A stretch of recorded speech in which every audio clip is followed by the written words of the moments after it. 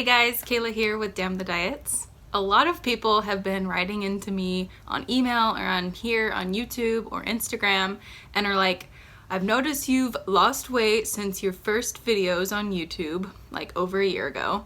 So you guys are wondering what's changed. So I want to do a recap on my recovery journey first.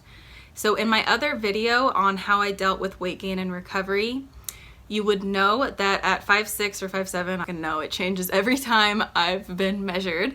I got down to 90 pounds at my lowest of my disordered eating as a raw vegan and ketogenic, detox, cleansing diets and all of that stuff, and trying all other kinds of extreme diets. So then I found recovery and gained a lot of weight fast. Like within the first month, 40 pounds. So then I continued and was at 150 pounds and I got my period back at month 3 or 4. And if you've watched my video, what I ate in recovery versus what I eat now post-recovery, you know that during these months, I was binging constantly. The first month, well up to 10,000 calories a day, and it was extreme hunger and uncontrollable. But I listened and I surrendered to that extreme hunger, which is being intuitive, mind you. So for intuitive eaters out there that think they have to get to a certain point to become an intuitive eater, you're being intuitive the whole time you're following your extreme hunger even. So then over the next 6 months or so, and this is a rough estimate, I started to yo-yo again because the old beliefs around dieting started to create doubts because I was in extreme pain everywhere, my joints, feet, knees. I was bloated and swollen. I feared that all of the weight gain was unhealthy and that I needed to get it off as soon as possible. So I began to blame the food again, and I tried to go back and forth between raw vegan and then meat and ketogenic and then paleo, then no sugar or grains. But each time I would binge on the cooked foods or binge on granola bars or binge on whatever food group it was that I was cutting out. So after these 6 months, I never lost the weight. My body was holding on to it for dear life, and it continued to suppress my metabolism and make my body want to conserve everything that came in for the continued self-induced famine. Oh, and my periods became irregular, just really light and short cycles, and they just weren't real periods for a couple months. So that's when I got to the point of fuck this shit. None of these diets work. They all make me binge. And I made the video where I was committing to myself and recovery and was letting go of all restrictions. So no more excuses. That's what I declared. So of course it wasn't easy after that, but I did it. So for the next 6 months or so, I gave into all cravings without restrictions, eating all of the foods that I was still fearful of and hadn't yet faced. So I wasn't eating 10,000 calories this time, but I was still eating quite a lot. And I never tracked, so I have no idea if you're thinking like, how many though? So I managed to gain as a rebound of suppressing my metabolism at 150 pounds and still in starvation mode. I overshot to about 190 pounds and a BMI of 29 or 30. Yes, that was uncomfortable. And yes, I had a lot of cellulite and new stretch marks that freaked me out at that point. But I looked at it as, well, I've gained a lot more than I've lost. So I embraced the cellulite, or I tried to not hate it because I've gained X, Y, and Z in my life as a result from gaining weight, and try to remember all the health and life that was lost as a result of restricting and being underweight or too lean or having ripped abs. That wasn't normal for my body type, especially as a female. So with all this, I didn't stop eating because I feared I had already overshot my weight, but was still extremely hungry. So I kept eating as much as my body was asking for. I didn't think, oh, well, now I've got my period back and now I am overshot, so I don't deserve to eat anymore. No, you still deserve to eat when you gain weight or get your period back. That's just the beginning of recovery. So I kept eating as much as my body was asking for. So overall, I gained 100 pounds in my recovery from 90 pounds to 190 pounds. So during this period, I also finally found that I was weightlifting and had a couple high intensity workouts a few times a week, and I was in denial that it was hurting my recovery. And so I finally was able to let go of the weightlifting and cut all exercise for a couple of months completely. So after this 6 months period, the next 6 months of no exercise and no restrictions and having my weight stabilize at its highest ever at 190 pounds and a BMI of 29 or 30, the weight and water retention, and edema for that matter, slowly, and I mean very slowly, started to come down to 160 a few months later with no effort, no thought put into it, just continued to live my life and go out and go camping and be in a relationship and work on my business and all of this. So my hunger stabilized and I wasn't as hungry anymore.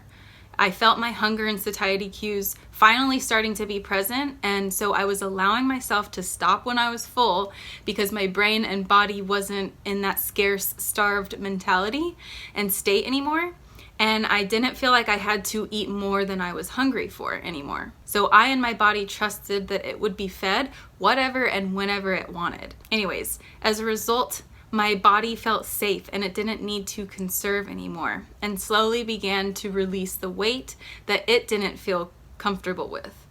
So not when I thought it should be or where I thought it should go to as a weight point. My body only knew, and I had to allow it to go to where it wanted to when it wanted to. I did not put an expectation on what this should look like, because if I did and I kept wishing that the body did what I expected it to do, I don't think that it would have happened the way it did. I literally had to forget about the weight loss at all. So even though I continued to feel uncomfortable, I focused on life as if I would be at that weight forever. And if I got all the health in return as a result, then so be it. Otherwise, I let go of striving for weight loss as the end result. So I had people who accepted me for me and made me feel loved and secure and safe. So they accepted me just as I am and made me feel good enough as I am and gave me that space to express myself freely without feeling judged or, you shouldn't act like that, or you shouldn't look like that, or you shouldn't be like that, They were completely opposite, and that was crucial. And of course, seeing people around town from old high school or college, I would be embarrassed at first, but I worked on it and I started to just block them out. They weren't in my direct life. They're not my best friend, family, or significant other. So why would I, perseverate on it, kind of thing? And I know it's hard to completely get away from that judgment, especially from family sometimes, which we have to learn to not internalize their comments or judgments or let them dictate our lives and feelings and self-esteem about ourselves. But regardless, we can pick and choose who we give the most of our energy to and surround ourselves around most of the time. And we should choose wisely, only those who accept us regardless, unconditionally. So me personally, I chose friends and a significant other that never made me feel bad for the extra weight gain, even though I was going through crisis mode and I was so insecure and had an identity crisis, but still made me feel safe and loved and sexy and that I was more than my body. And it was just a different experience that helped me to realize, wow, why would I ever surround myself with people again who I felt judged and criticized and not enough because of my body? It was just a real eye-opener. So I hope you can experience that too. So the weight over the next year came off without me really noticing, which brings us to about 10 months ago and then now, which is what a couple of you have pointed out over the last several months. So I didn't really notice except by the way things started to fit, but it wasn't a big thought in my head other than I should probably go get some new clothes or something. And it wasn't until I looked back one day and was like, oh wow, I remember when ... Wow, that's cool. It does work. Recovery works. So I thought my set weight point at my last video, how I dealt with weight gain and recovery, was 160. And I was super happy about that. And I never thought I could be happy there. but I totally was. And then over the next 10 months, I lost another 10 to 15 pounds with absolutely no effort.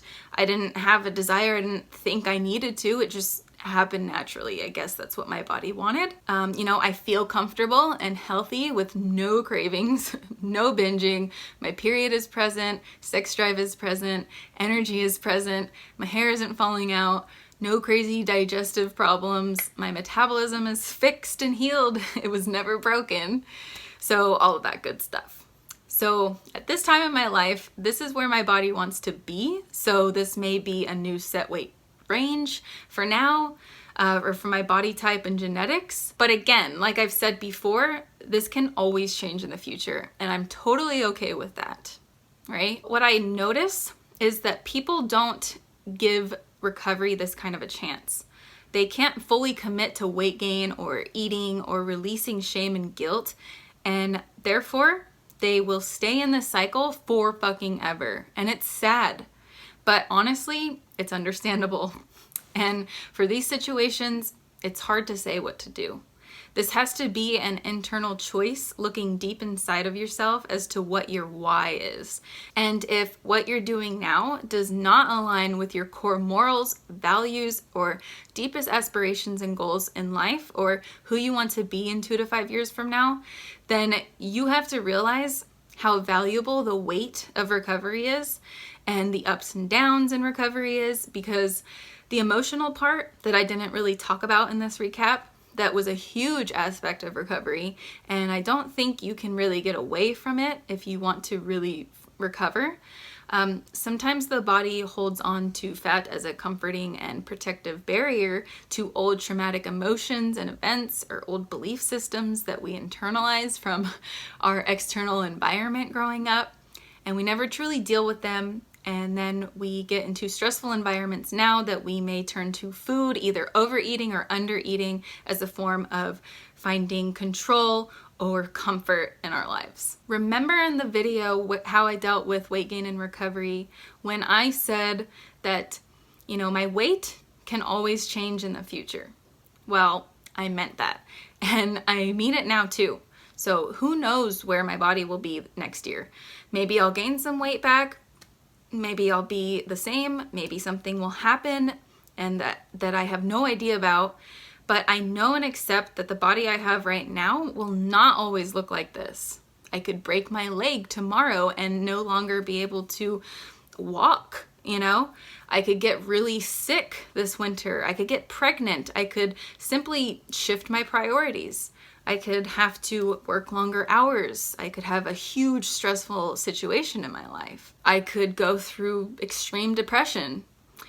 Life is one constant transition. So the number one way to get into a state of anxiety and frustration is to pretend like wherever you are is permanent.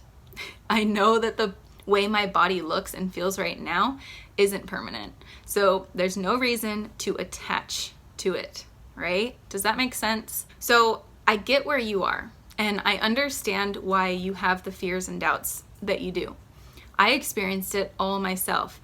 And so remember, the weight gain was a huge hit to my vanity, as well as the image and reputation that I had created for myself, which I still believe was a deeper aspect of the lessons that I had to learn to find my true identity outside of my body and outside of appearance or outside of sexualization, outside of fitness, outside of health, because that became my identity.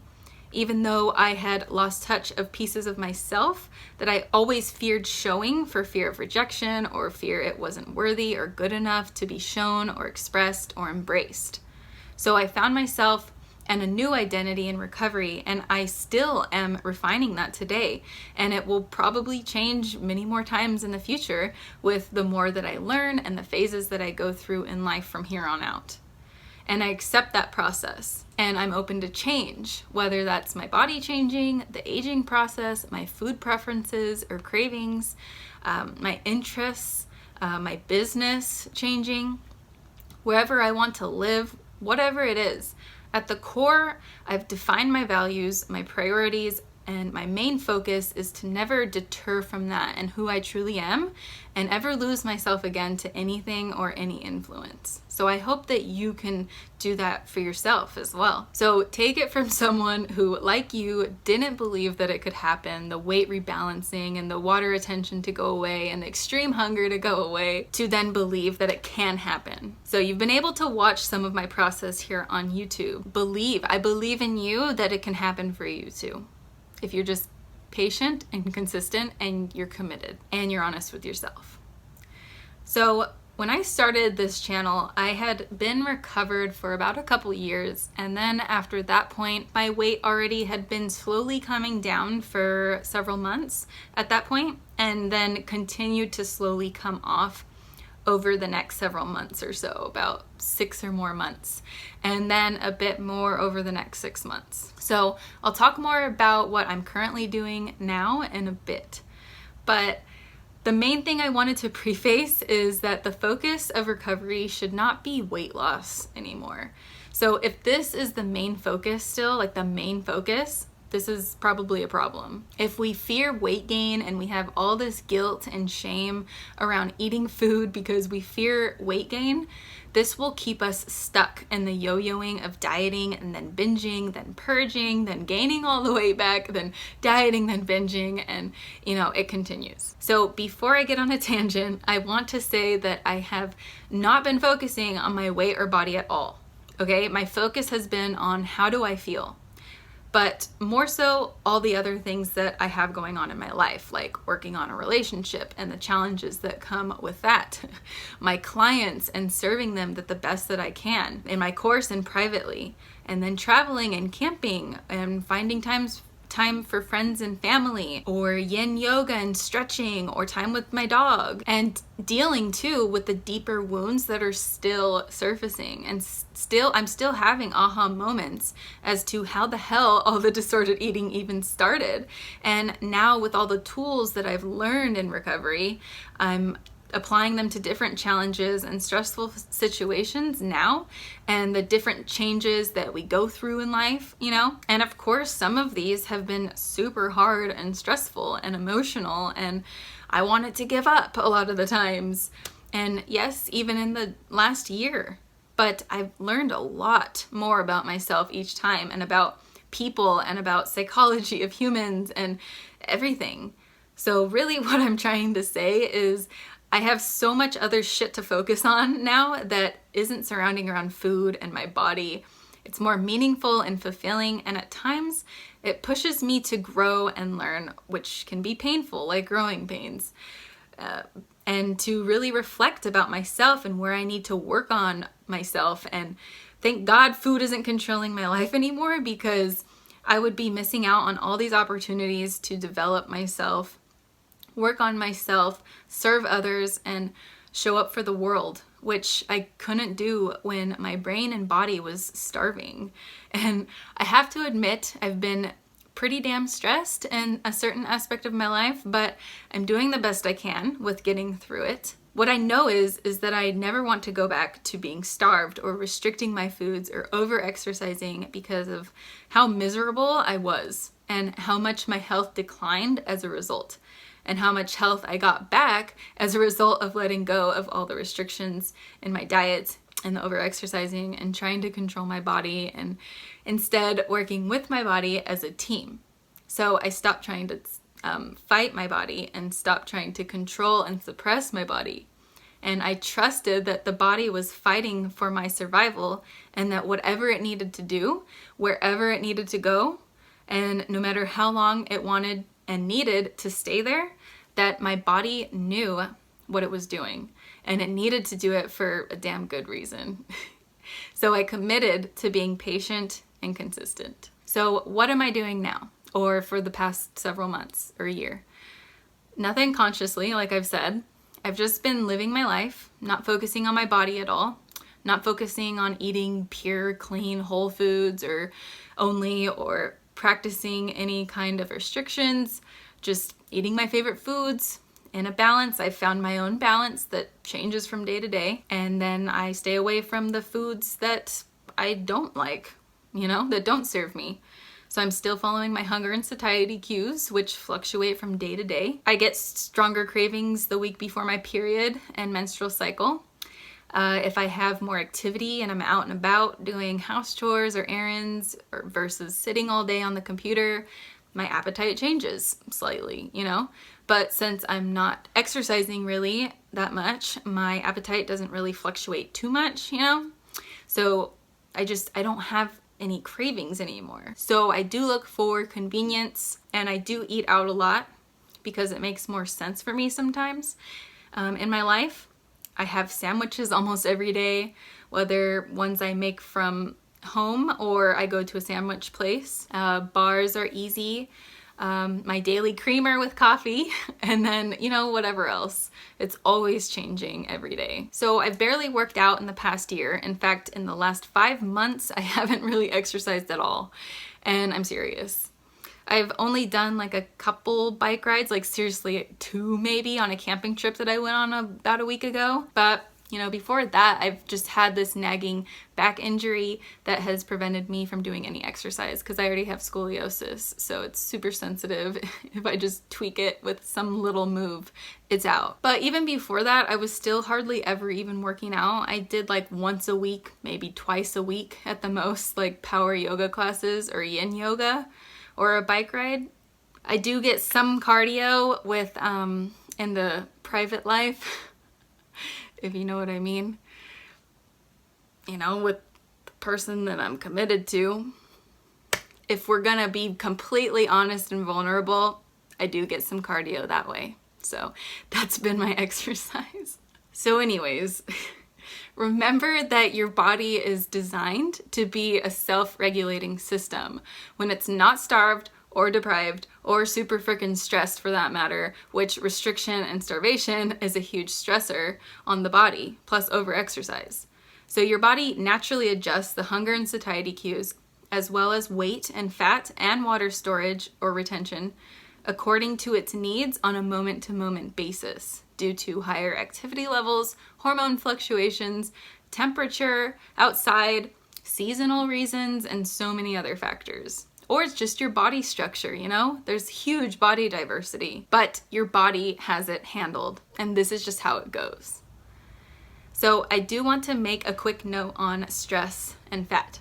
It's very hard for your body to release fat when it's constantly stressed or has high cortisol. So if you're stressed out and you hate your job or you hate your relationships or you hate your body because it's gaining weight and you're constantly in a panic because you're fearing gaining weight, or you're putting so much pressure on your body to do what you want it to do, and your cortisol is through the roof constantly, it's hard for your body to want to ever release the fat. And the stress can exacerbate the amount of weight you gain. And remember, restriction and starvation and exercise are huge stresses on the body. So remember that. Calm down. Maybe some meditation is in store. Yin yoga is amazing. Do it. Lower the stress. You're okay. Repeat this mantra after me. I am good. I am safe. I got this. I am good. I am safe. I got this. Everything's gonna be okay. Repeat that to yourself every day, all day, and take deep breaths. So one of the biggest factors of whether I have a good day or not, to not be bloated or uncomfortable, and that affects my body image or a crappy body image day, is if I'm bloated from being constipated. So my body isn't perfect, and there are days, especially when I'm traveling or camping, that I have to let that shit go, or I guess I'm holding it in, and be fine with being inconsistent. But for the most part, I know that my poop schedule is important. So if I stay consistent in this area, my mood lifts, my body feels more energetic, and my activity levels feel true to what I desire, not just what I think I need to do in order to get rid of the constipation. So some of my non-negotiables for staying consistent include a glass of water first thing in the morning, and then coffee and creamer consumed alone without food while I sit and chill upon waking up at the same time every morning. So if I get up and go and don't have this chill time the stress or something really affects my bowel movements, which then affects my whole day. So that was worth noting, okay? So another thing that's helped is I don't let myself go down the rabbit hole of following people that are triggering on social media. I don't follow any Fitspo accounts. I don't look on there. I don't even look on the feed really, unless it's recovery accounts to post stuff on Instagram. Other than that, I don't follow any more Fitspo or anything that makes me feel bad, like any kind of, superficial kind of pages. They just, don't make me feel good. So I don't follow those. Okay. And I also never read articles on nutrition or fitness anymore, ever. I'm so bored and uninterested in what the latest trend or superfood or weight loss gimmick has to be. I'm pretty uninterested in food altogether, to be honest. It's just part of my day, and while it tastes great and I look forward to every meal, I don't spend my free time studying or researching it or looking at people and comparing myself, which I do have my days, and I hate those days, but not too down on myself. I'm just like, why am I doing this? And I stop myself. I don't act on it anymore. I'm not like, oh my gosh, I need to go do this and this now. I need to restrict and lose some weight or get fit and get abs again and blah, blah, blah. Like, no, it doesn't control me anymore. If I do go down that rabbit hole, if it just happens, it doesn't control me anymore, So I don't spend my free time studying or researching any of this. And I eat grains and white rice and bread and dairy and bars. And yes, I feel better now than I ever have in my life. So out of all of this, the key here is to not compare your journey now to mine, right? So no one's journey is going to look the same. And I can't give you a timeline of when this or that will happen. The timeline of when things happen, your body will react different based off of your past and what you're doing now. Healthy fat or weight gain and recovery is essential for your body to heal. Some will gain more than others. You may not overshoot like I did, or you may more, depending on if you continue to low-key restrict or if you were restricting for longer than me. It's just all relative, right? So I want to ask you, what are your priorities and goals in life? Where do you want to be in 5 years from now? And do your beliefs around food and your body align with that person that you want to become? Are you safe to release these limiting beliefs that you've developed that are ingrained in you so you can develop new and healthful and often more realistic mindsets? So I want you to really think about that, okay? So if you want more tools and tips that I have to offer, you can check out my book, Damn the Diets. Yep, that's me, completely unhappy. And you can read more about that. The link to that is below this video. But before you go, I'll leave this video with a Bruce Lee quote. If you can't commit to one thing, then you'll be distracted by all things. So commitment is either you do or you don't. There's no in between, no matter how hard the fears and doubts and anxieties get. It's no longer an option. Commitment is that turning point in your life where you take advantage of the opportunity to alter your destiny.